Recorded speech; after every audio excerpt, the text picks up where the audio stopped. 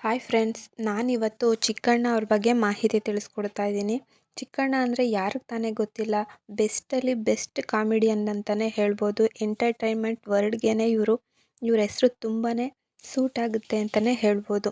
ಚಿಕ್ಕಣ್ಣ ಅವ್ರು ಹುಟ್ಟಿದ್ದು ಬಂದು 22 ಜೂನ್ 1984ರಲ್ಲಿ ಅಂತಲೇ ಹೇಳ್ಬೋದು. ಇವರ ಹುಟ್ಟಿದ್ದು ಪ್ಲೇಸ್ ಬಂದು ಬಲ್ಲಹಳ್ಳಿ, ಮೈಸೂರು. ಹಾಗೆ ಇವರ ಹೈಟ್ ಬಂದು 5.1 ಅಂತ ಹೇಳ್ಬೋದು. ಇವರು ಆ್ಯಕ್ಟರ್, ಕಾಮಿಡಿಯನ್ ಆಗಿ ಕೂಡ ಸಿನಿಮಾ ರಂಗದಲ್ಲಿ ಕಾಣಿಸ್ಕೊಂಡರು ಅಂತಲೇ ಹೇಳ್ಬೋದು. ಮೈಸೂರಿನ ಮೂಲದವರಾಗಿದ್ದಾಗಲೇ ಚಿಕ್ಕಣ್ಣ ಅವ್ರಿಗೆ ಆ್ಯಕ್ಟಿಂಗ್ ಬಗ್ಗೆ ತುಂಬಾ ಆಸಕ್ತಿ ಇತ್ತು. ಹಾಗೆ ಇವರು ನಾಟಕ, ಕಲಾರಂಗಗಳಲ್ಲಿ ಕೆಲಸ ಮಾಡುತ್ತಾ ಬಂದಿದ್ದಾರೆ.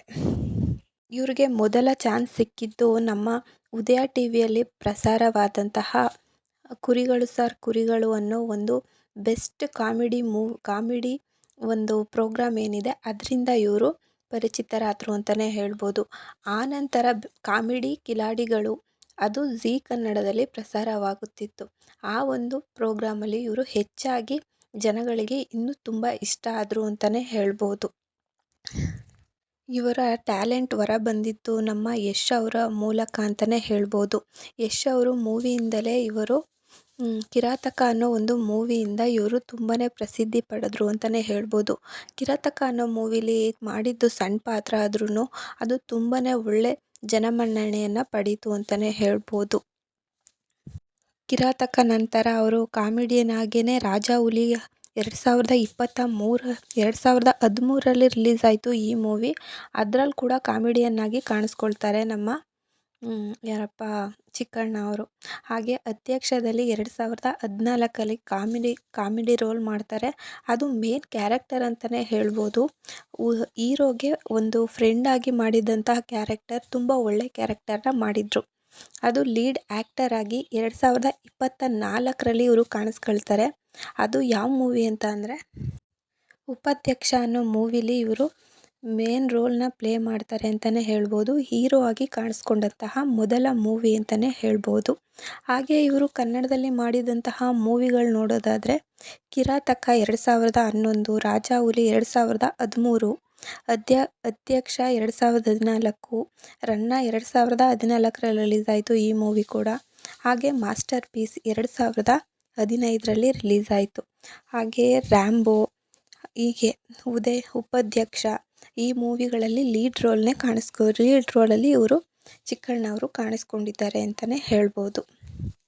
ಉಪಾಧ್ಯಕ್ಷ ಮೂವಿಲಿ ತುಂಬಾ ಒಳ್ಳೆ ಕ್ಯಾರೆಕ್ಟರ್ ಮಾಡಿದರು. ಹಾಗೆ ತುಂಬ ಚೆನ್ನಾಗಿ ಜನಗಳಿಗೆ ಇಷ್ಟ ಆದರು ಅಂತಲೇ ಹೇಳ್ಬೋದು ನಮ್ಮ ಚಿಕ್ಕಣ್ಣ ಅವರು.